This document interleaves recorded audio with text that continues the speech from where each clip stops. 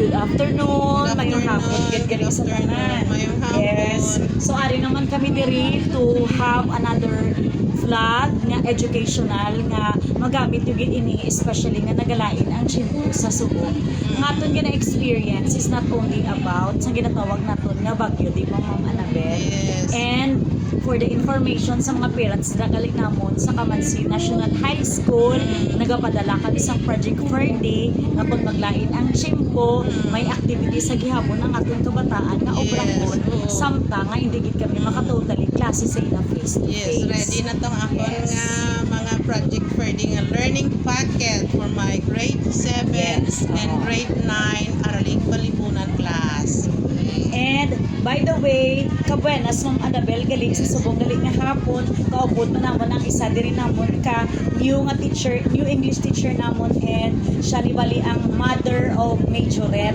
Ay hindi dia, mother of ginatawag naton nga research, hindi galing mother Yes, majorette oo. at all times. Matador na yan So sa ari ni research galing si si Madam o, amo ni sa Ma'am aton mother of Indonesia. research. Yes, And very presenting, young. you know, Yes, and very beautiful. Oh, beautiful, young, and very intelligent Oo, na bata. intelligent, yes, because kung gusto niyo mag-obra sa iya sa research about sa ginatawag naton nga mga climate change or whatsoever, pwede ka mo nika-contact Yes. kay Ma'am Oo. Martinez. No? Ako gani, welcome mapaobra ko Ma'am gani sa iya, Martinez. gani sang research mo gani siya na maobra free na iya. Kay migay kami mo, di ba lagay? Yes, oo.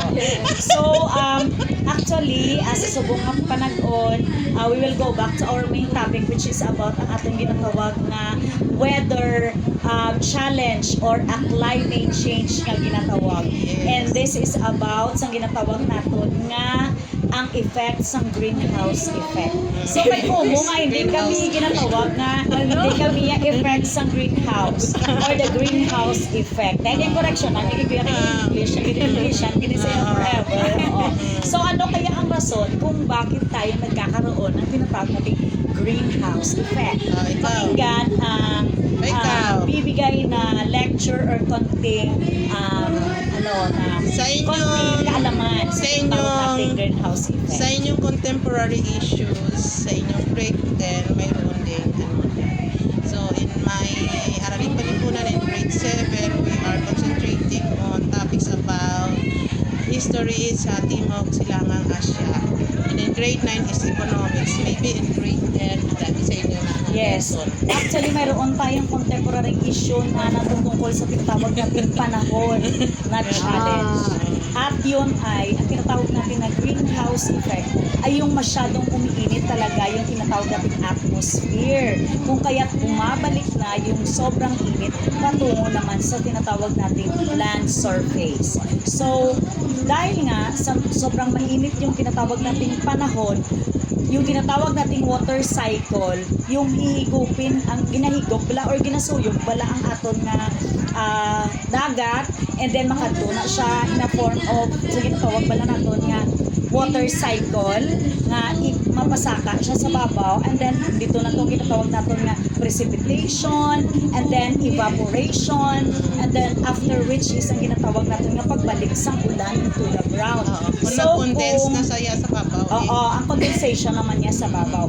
So, namumuo yung mga tinatawag nating bagyo Yes. dahil nga sa sobrang, shall we say, yung paghigop, too much yung paghigop ng tubig kasi nga grabe yung init, no? So, ang init, siya rin ang rason kung bakit tumataas yung level ng tubig patungo sa ating clouds. And then, bababa yung si Ma'am tubig. sa kanyang lesson in grade 10. Yes. So bababa yung tubig mula sa clouds, and then lalakas talaga ng lalakas, at saka gagawa din siya ng iba't ibang uri ng mga pag-ulan, or either if masasabi nating IPCC, ngunit pag mayroong habagat, talagang lalakas yung tinatawag nating ulan. Oo. Ang habagat, walang nga ginatawag bala is paglakas ng hanging habagat. Hindi Yes. siya yan. So that's why kung may mga announcement yan about the weather, especially may mga bagyo, so mga parents, we should be aware also kag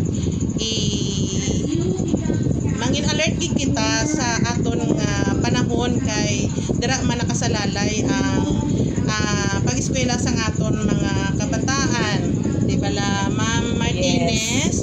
Dali Ma'am Martinez. Martinez. So, habang Pagkaman abisang view mo kung ano gid wala ka importante sa Yes. edukasyon.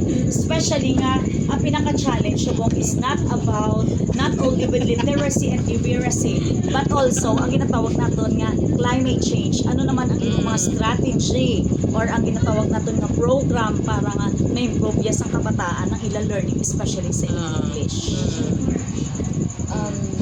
First of all, they need to start having reading habits. Dapat na tuon din silang magbasa.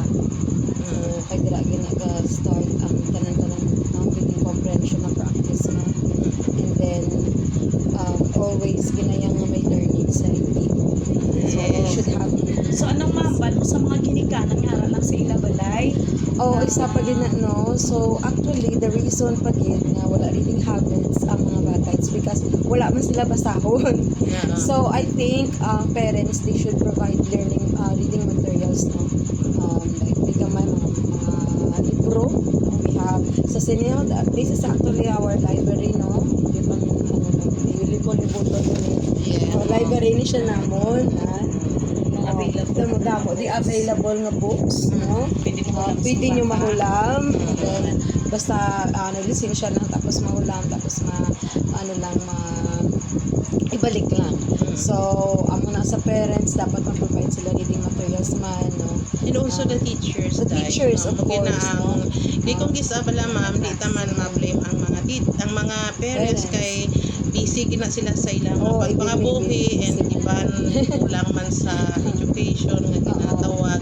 So as teachers, kita gid ang mag-adjust kita gid ang ma-facilitate sa ilang learning kay para nga may mabalaan din sila at the end of the school year.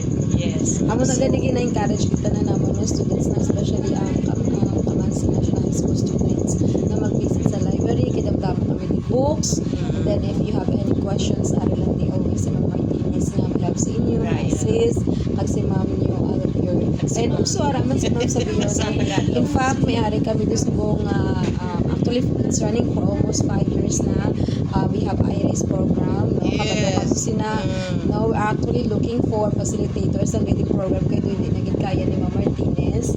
So si Ma'am nag-give up na si Ma'am Albior. So I'm hoping may mga teachers pa nga mag-initiate at at the same time interested nga mag-join sa IRIS kag mag-facilitate sa among nga reading program kay hindi ako giving help para sa among nga mga kabataan. Yes, that's true. So kanami sa mga idea man kag insights ni Ma'am Martinez.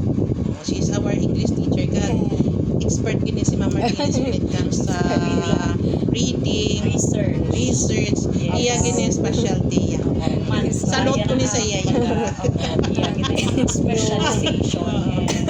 Iya gid yung kumbaga kung makita ka kasi natawag nga full potential sa teacher, one of the full potential sa teacher.